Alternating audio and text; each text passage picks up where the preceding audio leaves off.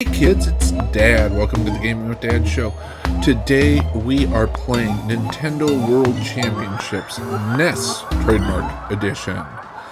That's right, this new WarioWare of classic NES titles has been released.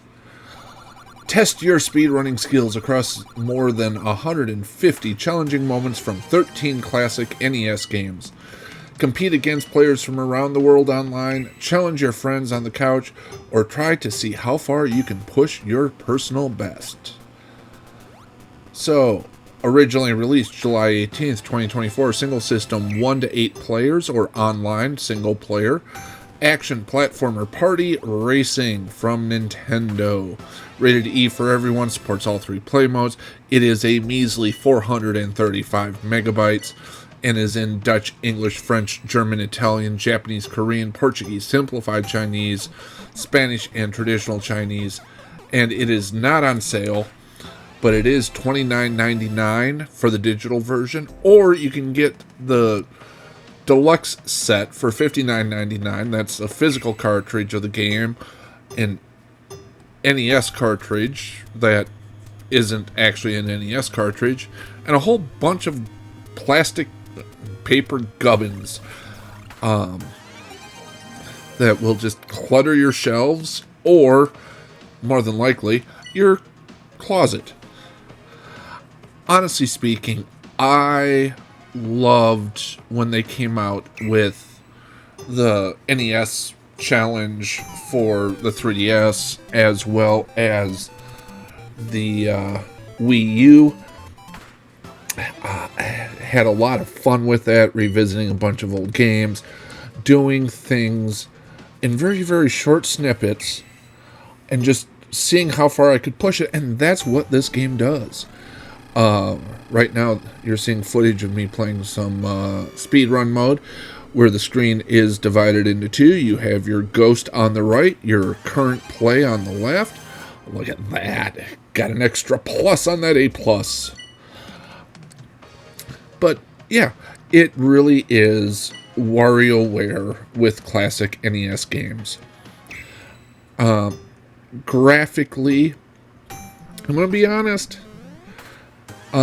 these are pretty much the best looking NES games possible. They've done this like late 80s grid sci-fi. Holy crap, I think I have that as a background available to me in my editing program. I wonder if they used Wondershare Filmora to do those backgrounds. Maybe, who knows? Never know. But yeah, there's a lot of neat things. You can win badges, you unlock different icons, you get coins for everything that you do, but that's all gameplay. But there's a lot of love put into presenting these games. And the one downside I will say is you get more than those 2 screens, it starts getting really, really small. Now the good thing is, on the online version, you do actually unlock the mode to make your screen larger than everybody else's, so you actually have something bigger to look at. I can't imagine how small this would get in tabletop mode with like four to 8 people sitting around the tiny little Switch screen. But yeah, graphically, I love these games. This is not the era I grew up with. This is the era that I played in my senior year of high school, as well as my freshman and part of my sophomore year of college. But these look good. They're fun. I'm giving it a 17. A lot of that score is nostalgia, but yeah, graphically, it's a 17. Sound-wise, the games all sound great. There's funky music playing in the background on the title screens and everything, or on the selection screens. It is just very solidly soundscaped. And the reward sounds and like personal best and all of that it brings a lot of fun to these older games. I'm giving sound an 18. We're sitting at a 35. Controls. When you are talking like split second, precision, speed run attempts on things, you have got to have the tightest controls possible. And they deliver here. It is quite accurate, and you get the full control metrics there. And I've even noticed that my Pro controller, the D-pad, is a little bit mushy and wants to every once in a while point up on me. And you know a game controls well when all of a sudden something you hadn't noticed wrong in your controller, you now notice is being wrong in your controller. Controls get an 18. We are sitting at 53. Gameplay. Now, having different little challenges. Not all of these games were created equally. Let's be honest. But when we're talking gameplay, it's a lot of fun just to have those little snippets where you can just perfect your ability to play these classic games. And you do have to be pretty good at them in order to succeed, especially with if you're competing against your buddies who are just equally as good or bad as what you are. Holy crap, 2145 to get up the first level. I'm sure somebody is out there that can do that faster.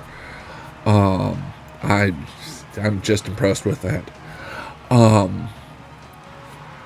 This is one of those where if you took all of these games individually, you'd have various or varying gameplay scores. But the way that they've built this, the way that it's just these tiny little micro snippets where you quite literally are just going for speed, or you're just going for distance. Online here, this is speed. It raises the bar for all of them. In this case, I am honestly going to give gameplay an 18. We're sitting at 71. Now, value. First, Nintendo, thank you for not making this a full $60 game for the digital download. I know you made it for a $60 physical purchase, but you didn't do it for the digital.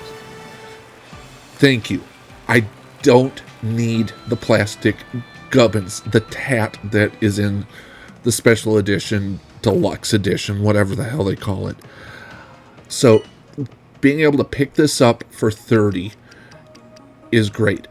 And look at all of these unlockables, all of these things that you can buy with the virtual coinage that you earn.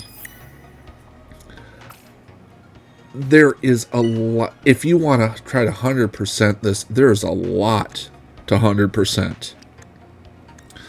$30 is a fair price. It's a good price. I'm giving the value on this a 19. A lot of that is based on how much I played the lesser versions on the previous consoles. So yeah, NES World Championship gets an overall score of 90. This game is a lot of fun, and it will keep you occupied.